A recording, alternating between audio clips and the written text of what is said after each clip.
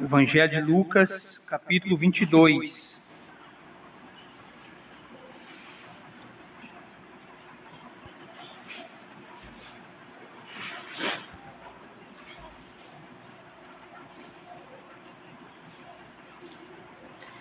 Versículo 19.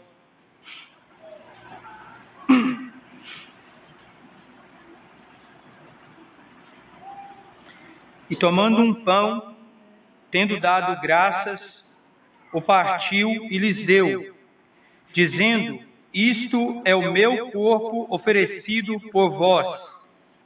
Fazei isto em memória de mim. Semelhantemente, depois de cear, tomou o cálice, dizendo: Este é o cálice da nova aliança no meu sangue, derramado em favor de vós. Todavia, a mão do traidor está comigo à mesa. Atos, capítulo 20, versículo 7.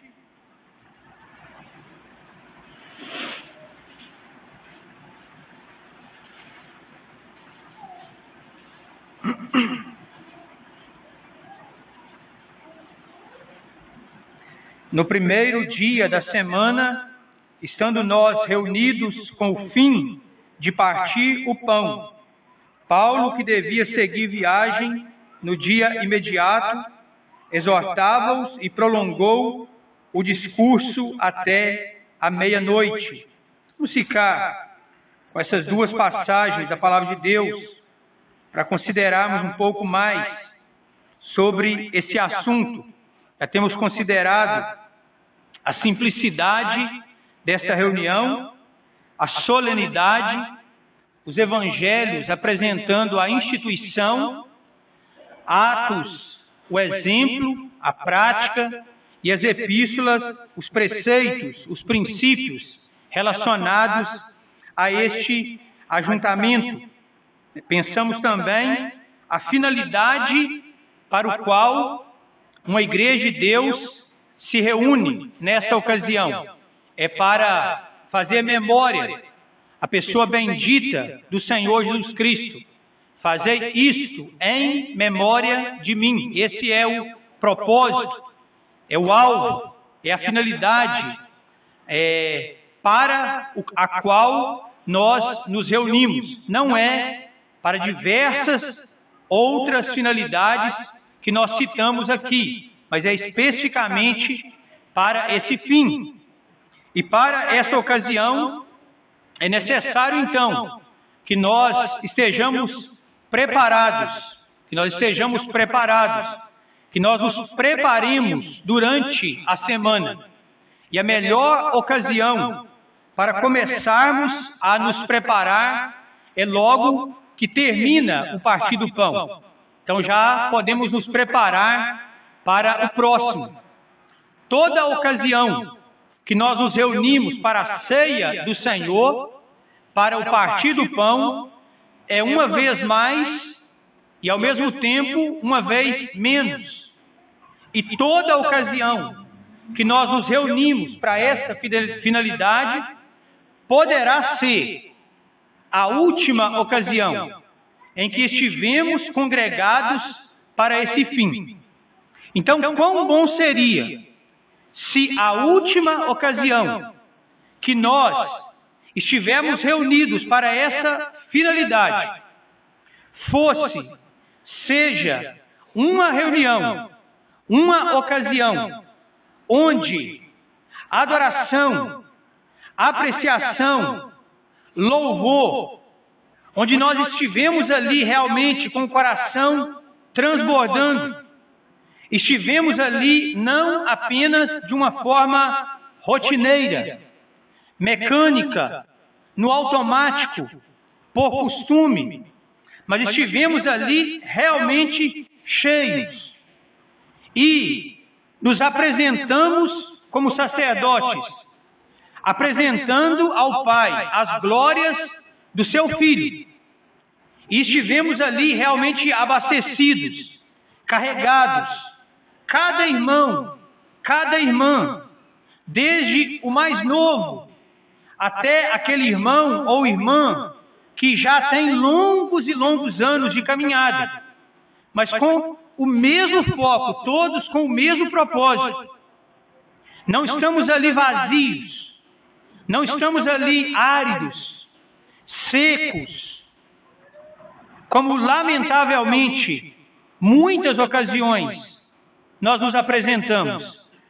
Mas que a última ocasião, que poderá ser amanhã, se Deus assim nos conceder, seja realmente uma ocasião que será muito apreciada ao coração de Deus. Seja realmente uma prévia daquilo que nós teremos lá no céu, daquilo que nós iremos conhecer e fazer lá no céu. Seja realmente uma antessala, porque lá nós estaremos ocupados com o Senhor Jesus Cristo, com a sua pessoa, com as suas glórias. Então é necessário que nós tenhamos preparação.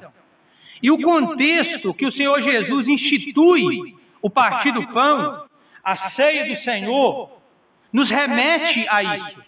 O Senhor Jesus vai enviar 2 dos seus discípulos e ele vai dizer para eles, olha, ide preparar-nos a Páscoa para que a comamos. Não estamos falando da Páscoa aqui, mas posteriormente o Senhor Jesus institui o partir do pão. Nesse contexto de preparação, os discípulos dizem, olha, onde queres que a preparemos? E Jesus lhes dissera e prepararam a necessidade de estarmos preparados, de prepararmos o nosso coração a tanta atividade. Nós temos tantas responsabilidades, tanto compromisso na semana para fazermos, tanta coisa a ser feita, coisas lícitas, coisas legítimas, que às vezes nos falta ou nos foge a preparação para essa ocasião, para esse dia. E quando nós percebemos, já estamos no sábado, já estamos no domingo, e lá estamos nós, tão secos, lá estamos nós, tão vazios, porque a semana passou rapidamente, e nós tivemos tantas ocupações, que nós não nos preparamos para essa ocasião. É necessário também pontualidade para essa ocasião. Chegada a hora, pôs-se Jesus à mesa e com ele os discípulos. Então aqui nós temos o princípio da pontualidade. Chegarmos alguns minutos antes, sentarmos e já irmos aquecendo o nosso coração, irmos já nos ocupando com o Senhor Jesus Cristo, em um ambiente já de reverência, todos ali sendo já preparados para essa ocasião. A pontualidade também é um princípio importante. Eu gostaria de pensar agora um pouco na ocasião que o Senhor Jesus, ele instituiu a ceia do Senhor. O que deveria nos levar a dar ainda mais importância a esta ocasião, a realmente priorizarmos, nos prepararmos ainda mais para essa reunião. Foi na noite em que ele foi traído. Na noite em que foi traído, ele tomou o pão. O Senhor Jesus disse, todavia, a mão do traidor está comigo à mesa. Que ocasião! Que ocasião! Uma ocasião onde o coração do Senhor Jesus Cristo está profundamente abatido. Ele passou pelo Getsêmani. E lá no Getsêmani ele pôde dizer para os seus discípulos, a minha alma está profundamente angustiada. Ficai aqui e vigiai comigo. Ali no Getsêmani, ele estava profundamente angustiado. Ali no Getsêmani, ele pôde dizer, essa, porém, é a vossa hora e o poder das trevas. Ali no Getsêmani, ele se afastou cerca de um tiro de pedra e de joelhos orava, e posto que orava mais intensamente, o seu suor se tornou como grandes gotas de sangue. Ali no Getsêmani, ele ocupa o lugar que a lei descrevia lá em Deuteronômio, de um filho contumaz e rebelde, que deveria ser apresentado aos anciãos, e ele deveria então ser apedrejado. E o nosso Salvador, o Filho Santo, perfeito de Deus, o Filho eterno de Deus. Por sinal, é importante frisar isso, o Filho eterno de Deus. Ele não passou a ser Filho de Deus quando ele nasceu aqui, quando ele se encarnou. É o Filho eterno, é o Filho unigênito, único, na sua posição, na sua natureza, na sua comunhão com o Pai, o Filho unigênito. E ele ocupa aquele lugar como se fora um filho contumaz e rebelde. Ele afasta cerca de um tiro de pedra e de joelhos ele orava. E orava intensamente. E ali naquele lugar onde as oliveiras, elas eram espremidas, o tanque do azeite, o lagar do azeite, onde elas eram pisadas e onde elas eram espremidas, para que então o azeite pudesse brotar, pudesse ser produzido. Ali o Filho de Deus, ele foi espremido. O poder das trevas estava ali, e ele estava ali em grande agonia, e ele já estava vislumbrando o dia seguinte, a manhã seguinte, quando aquele que não conheceu o pecado seria feito pecado, não pecador, seria feito pecado por nós, quando aquele que desde sempre esteve no seio do Pai, na mais perfeita comunhão, aquele que foi amado, o amor com que tu me amaste antes da fundação do mundo, ele seria desamparado ali, e ele iria bradar: Deus meu, por que me desamparaste? Então ele já via aquele momento, e ele estava sendo espremido ali, e o seu suor se tornou como grandes gotas de sangue. E ali naquela noite ele foi traído por um daqueles que o acompanhou dia após dia, que entrava e saía com ele, por um daqueles que viu o seu poder, a sua graça, a sua compaixão, a sua mansidão, o seu amor, que pôde falar com ele, que pôde ouvi-lo, traído por um desses por 30 moedas de prata.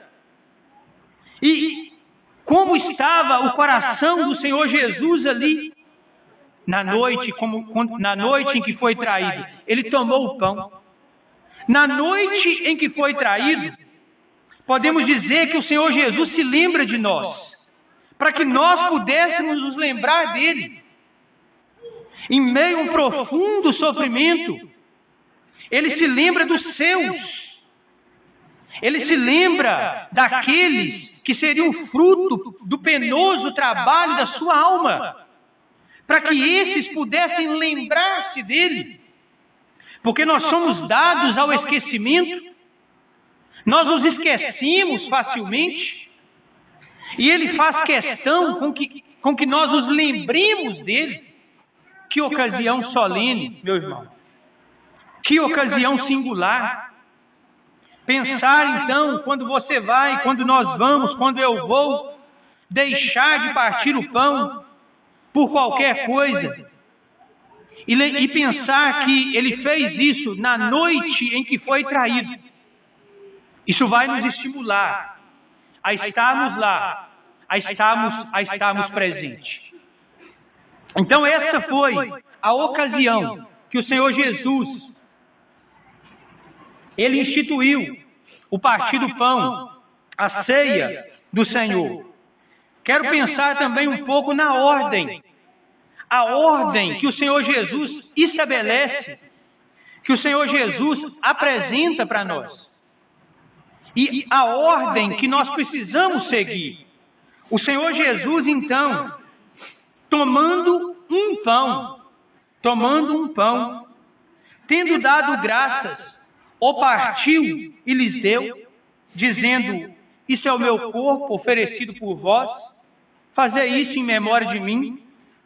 Semelhantemente, depois de cear, tomou o cálice, dizendo: este é o cálice da nova aliança, no meu sangue, em favor de vós. Então aqui nós temos a ordem que o Senhor Jesus estabelece. E nessa ordem, o que nós temos? Uma sequência clara, que nós não podemos mudar, que nós não podemos mexer, que nós não podemos inverter. Primeiro, o pão. Na sequência, o cálice. Não podemos inverter essa ordem. Não temos autoridade nas Escrituras para colocar nada no meio, entre os dois emblemas. Não temos mandamento, não temos exemplo para fazermos isso. Um hino, qualquer outra coisa. A ordem está estabelecida, o pão, e tendo dado graças, o cálice. A ordem está aqui nas Escrituras. Outra coisa que essa ordem nos ensina claramente, que não é difícil vermos, que não é difícil considerarmos, ele toma um pão, entre tantos pães que havia ali em Jerusalém, por ocasião da festa da Páscoa, onde havia judeus de todas as partes em Jerusalém. Ele toma um pão, ele não toma 2 pães, ele não toma 3 pães, ele toma um pão, apenas um pão. Ele dá graças por ele, o dá aos seus discípulos. Então aqui é o exemplo da palavra de Deus, um único pão. O Senhor Jesus não apresenta aqui esse pão previamente picadinho. Ele não apresenta aqui esse pão já em diversas porções e partículas. Ele não faz isso.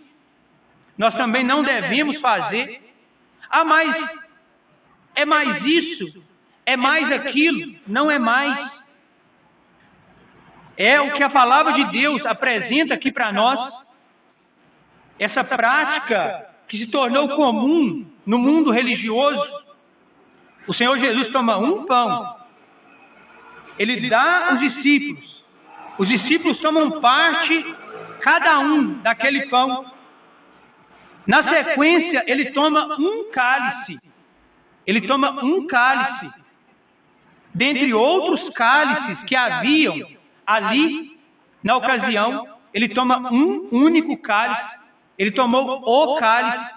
Este é o cálice. 1 Coríntios 11 vai falar a mesma coisa. O cálice da bênção que abençoamos, capítulo 10. 1 Coríntios 11. Ele toma um único cálice. E os discípulos vão tomar parte daquele cálice. Todos vão tomar parte daquele cálice. Ele não toma mais que um. Ele não distribui aquele cálice em vários outros cálices. Ele não faz isso. Não está registrado aqui para nós. E nós não devemos fazer também. E mais uma vez, nós enfatizamos, mas é assim, é mais isso, é mais aquilo, é mais aquilo outro. Não tem mais. É o que está nas Escrituras. É mais higiênico. O Senhor Jesus não pensou nisso. Não estava na sua mente isso quando ele instituiu a ceia do Senhor. Se fosse algo fundamental imprescindível, ele teria feito. Se fosse algo que de fato seria o melhor, ele teria feito. Ele não fez. E nós precisamos seguir as Escrituras, a palavra de Deus. Ah, mas o ajuntamento é muito grande. Há uma quantidade enorme de pessoas. Como é que um único pão, como é que um único cálice vai ser suficiente para todos? Como é? Alguém pode argumentar, mas aí nós entramos em outro ponto. Será o propósito de Deus ter aqui nesse mundo igrejas extremamente numerosas? Ou seria o propósito dele, mais especificamente, que houvesse muito mais igrejas espalhadas por toda parte? Ou seria mais o propósito dele que essa igreja ou essas igrejas que sejam tão numerosas pudessem se dividir para multiplicar? Pudessem se dividir no aspecto positivo. Então, se o número já está nos impedindo de obedecer a palavra de Deus, se o número já está sendo um problema para obedecer a palavra de Deus, então nós temos um problema diante de nós. E esse problema, então, precisa ser resolvido. Quem sabe com alguns indo para a cidade vizinha, com outros indo para o outro bairro, com alguns se deslocando para o outro distrito. E ao invés de haver uma igreja ali, agora existem vários candeeiros, existem várias igrejas. Não foi isso que o Senhor Jesus disse para os discípulos? Vocês me serão testemunhas em Jerusalém, Judéia, Samaria, confins da terra. O que aconteceu? Os discípulos, os crentes, os salvos se ajuntaram em Jerusalém. Foi necessário vir uma perseguição para que então o evangelho pudesse ir para outras partes, para outros lugares. Então, se o número é um problema para que a palavra de Deus seja obedecida, então nós temos que tratar desse problema não criando um outro problema. Nós precisamos tratar esse problema de uma maneira sábia, tratar esse problema de uma maneira proveitosa para a igreja e para o evangelho. Então,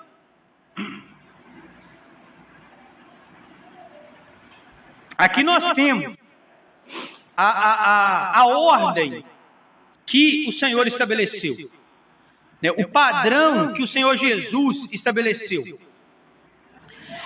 É a única ordem, irmãos, que nós temos nas Escrituras relacionado ao decorrer do partir do pão, relacionado ao decorrer da ceia do Senhor, que não pode ser mexido, que não pode ser invertido, que não pode ser tocado.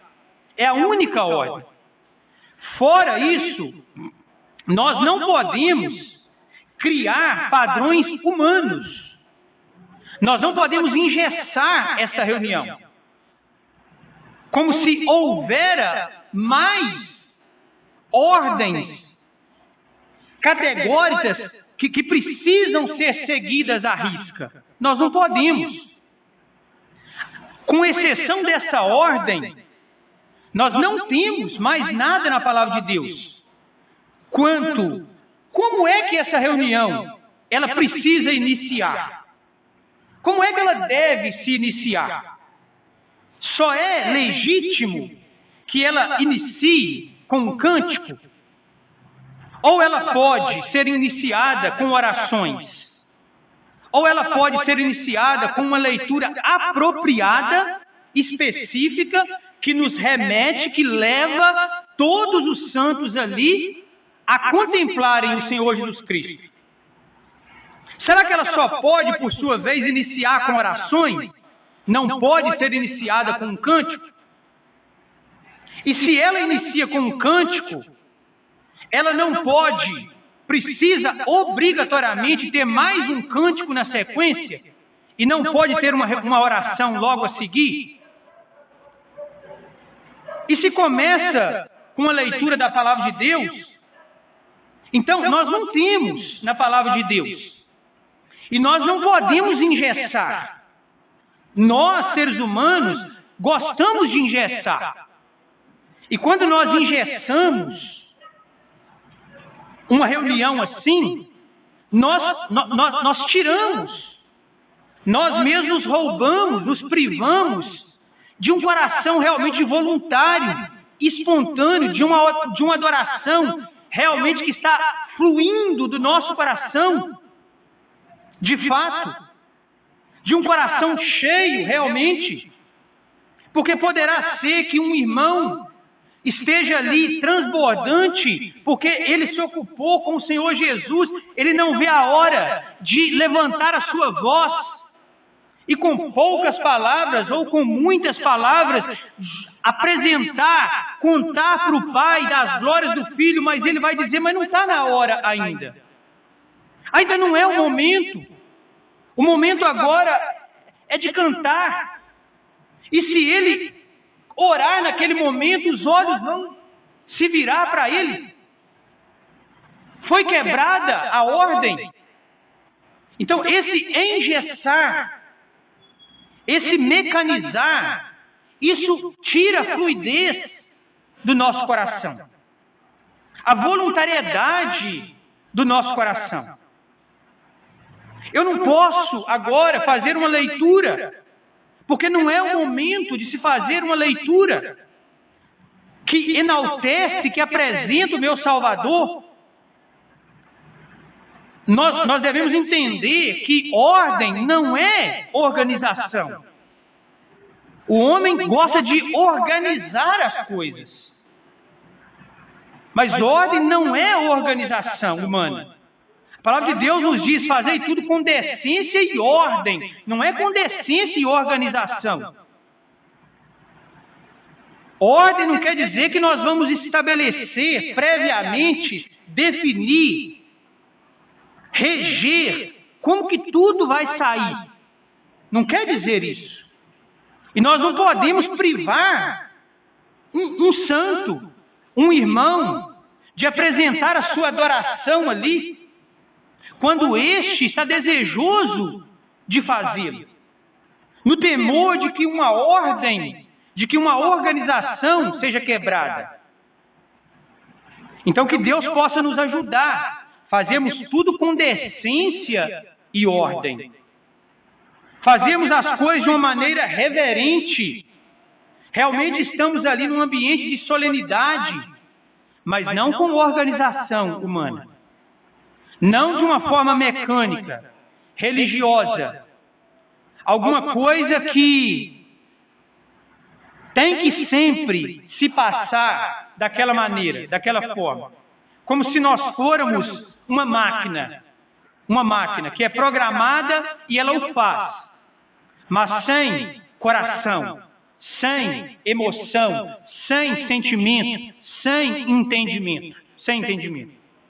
Então, a ordem que nós temos aqui apresentada, intocável, é essa que o Senhor Jesus nos apresenta aqui, que nós temos lá em 1 Coríntios, capítulo 11. Capítulo 11 também. Outra coisa que é tão claro nas Escrituras, mas, infelizmente, precisamos lembrar o dia que nós devemos nos reunir para essa finalidade. Nós temos Atos capítulo 20 e versículo 7. No primeiro dia da semana, estando nós reunidos com o fim de partir o pão.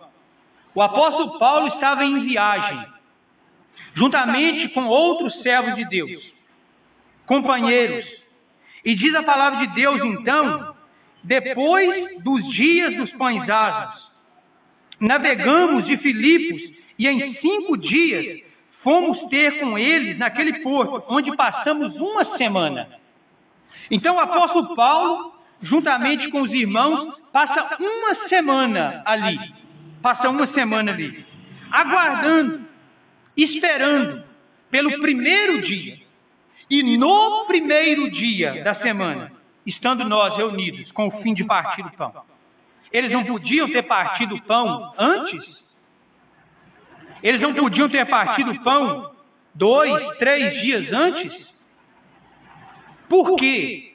Eles permanecem ali toda a semana e aguardam o primeiro dia da semana.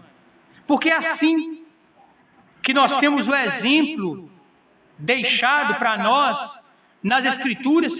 Não pode ser no sábado, não pode ser na sexta, na segunda, no primeiro dia da semana, estando nós reunidos com o fim de partir o pão. Temos o exemplo apostólico da igreja em Troade aqui. Outra coisa, com que frequência nós vamos fazer isso? Há quem diga que não tem problema, fazemos isso a cada 15 dias. Mas se não tem problema, se não há problema em fazermos a cada 15 dias, qual o problema em fazermos a cada 30 dias? E qual o problema em fazermos a cada 6 meses? E qual o problema se fizermos uma vez ao ano?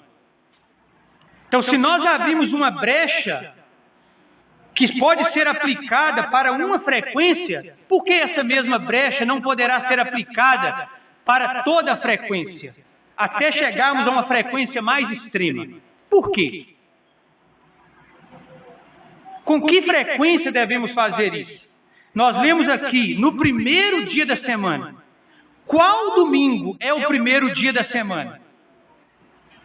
De todos os domingos que temos no ano, que temos no mês, qual deles é o primeiro dia da semana? Qual deles? Todos. Então, no primeiro dia da semana. É simples. O homem é que gosta de criar dificuldades e possibilidades e criar brechas. Todo domingo constitui o primeiro dia da semana. E aqui nós temos o exemplo de no primeiro dia da semana nos reunimos para esse fim, para essa finalidade. Então nós temos aqui a frequência. Ah, mas alguém diz, olha, mas nós não temos, e não tem mesmo, no Novo Testamento um texto, não tem no Novo Testamento um versículo que é explícito, que nos diga que, obrigatoriamente, nós temos que nos reunir para essa finalidade. Todo primeiro dia da semana, cada domingo. Mas esse pensamento, nos leva a ter algumas considerações. Será que nós precisamos ser guiados em todas as coisas, por mandamentos claros? Se há uma obrigatoriedade de sermos guiados por mandamentos claros e explícitos na palavra de Deus, então nós vamos encontrar em dificuldade em muitas áreas da nossa vida. Porque haverá muitas áreas da nossa vida que a palavra de Deus não vai dar mandamento claro, mandamento explícito para nós. E quando nós considerarmos, nós vamos entender por princípios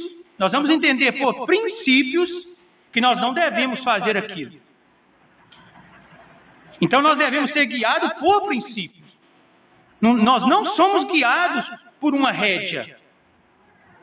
Se nós considerarmos esse pensamento, vai nos levar a pensar, quando as Escrituras dizem, em relação à igreja em Jerusalém, perseveravam no partir do pão, será que poderia ser dito deles que eles perseveravam nessa prática se o fizessem uma vez ao mês? Será que pode ser dito que você persevera em algo se você faz aquilo uma vez ao mês? Ou 2 vezes ao mês? Então nós temos que pensar nisso também. Então, haverá muitas coisas na palavra de Deus que nós não teremos um mandamento claro, específico, mas que nós teremos princípios e exemplos claros que vão nos nortear, que vão nos guiar. E podemos pensar e devemos pensar também.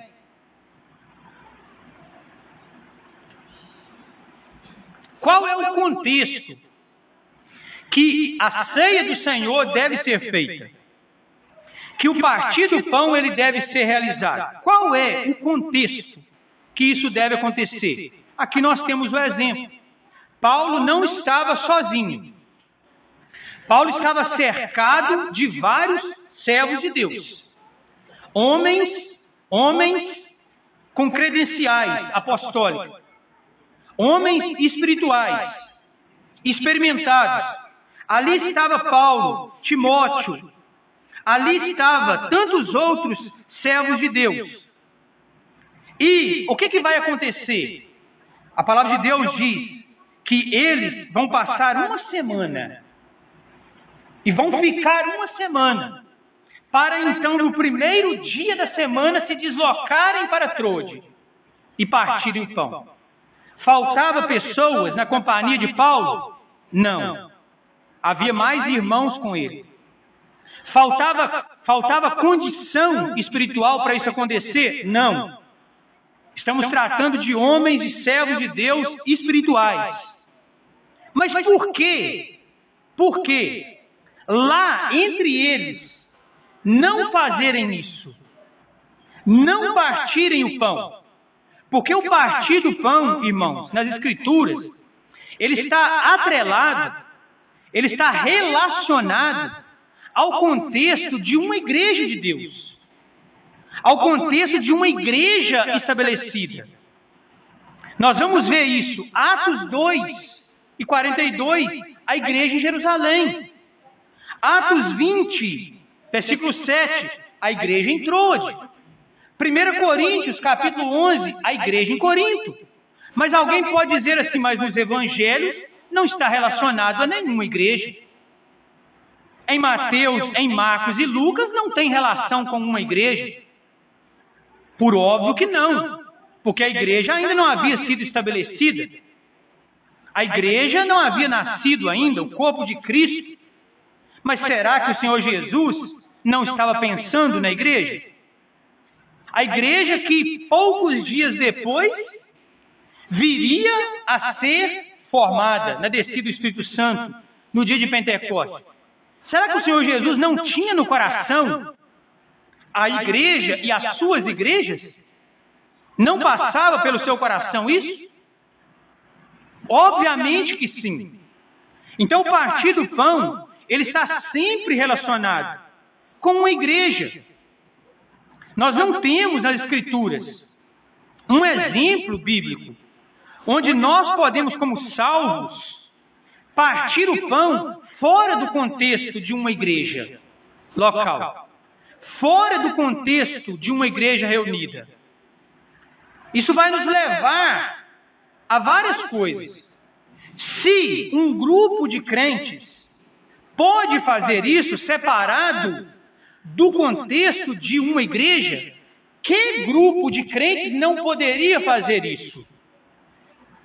Se isso é aplicável para 5 irmãos, para 10 irmãos, fora do contexto de uma igreja, por que isso não poderia ser aplicável a quaisquer cristãos em todo o mundo, que separados, que fora do contexto da igreja, queiram partir o pão?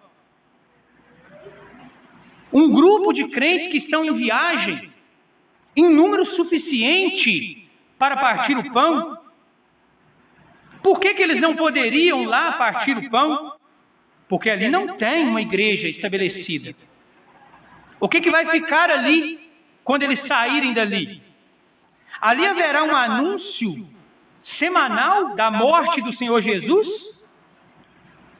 Porque todas as vezes que comerdes este pão e beberdes o cálice, anunciais a morte do Senhor até que Ele venha. Ali haverá um anúncio semanal da morte do Senhor Jesus? Ali haverá uma recordação, um memorial semanal do Senhor Jesus, fazer isso em memória de mim? Ali haverá um testemunho para a sociedade naquele lugar, uma igreja plantada, uma igreja estabelecida ali, um candeeiro, um luzeiro naquele lugar, uma referência para aquela sociedade, para que eles possam ver isso. Ali, semanalmente, vai brotar a adoração dos corações ao Senhor Jesus Cristo? Não. Os santos vão sair dali e não sabe quando voltarão.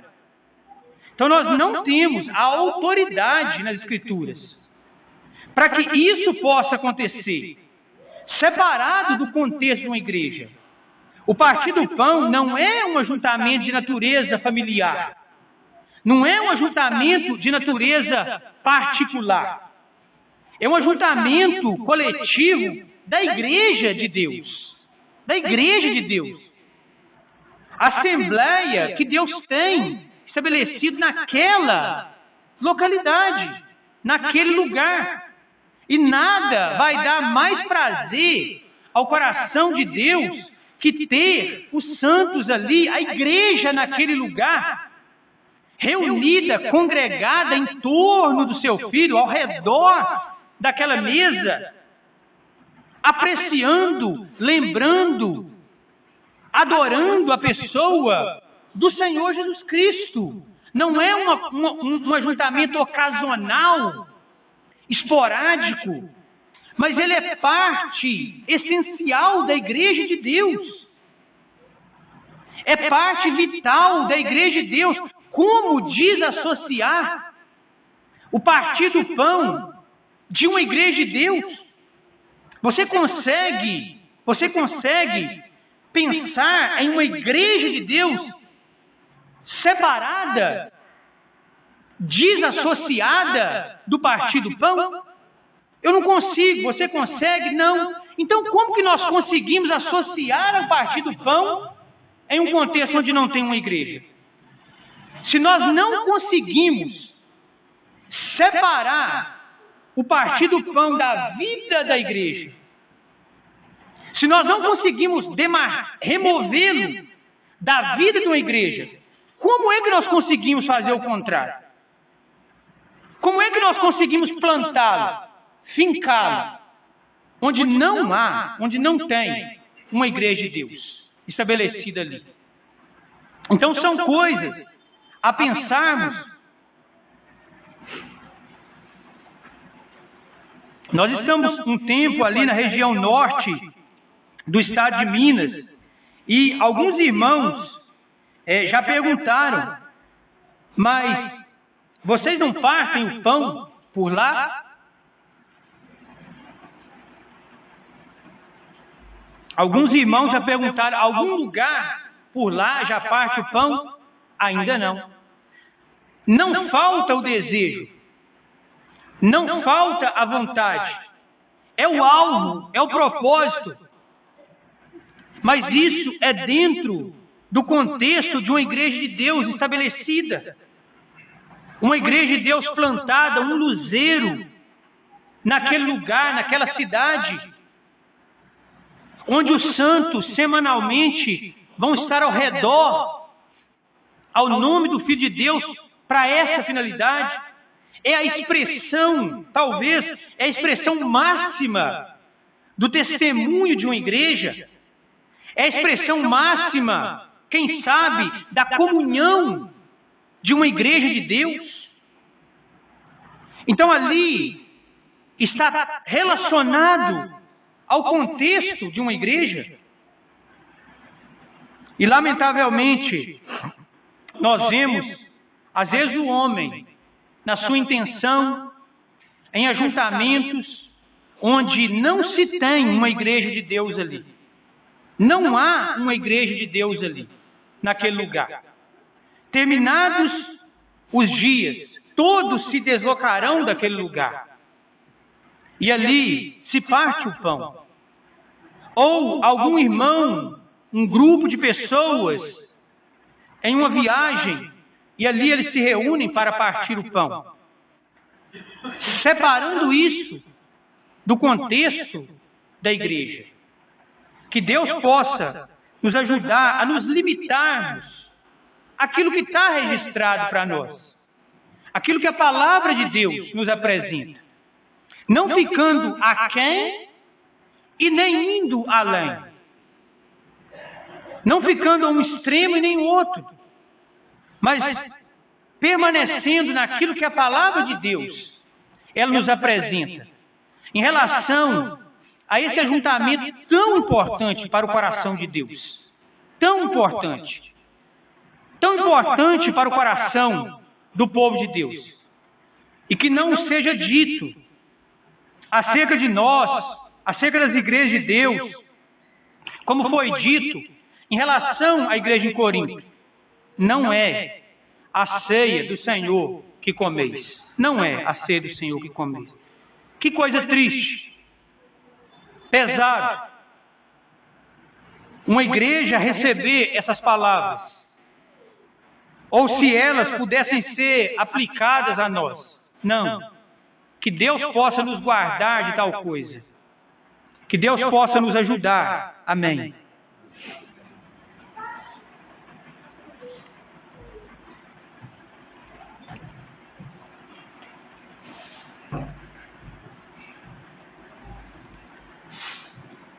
Bom, Simão Rodrigo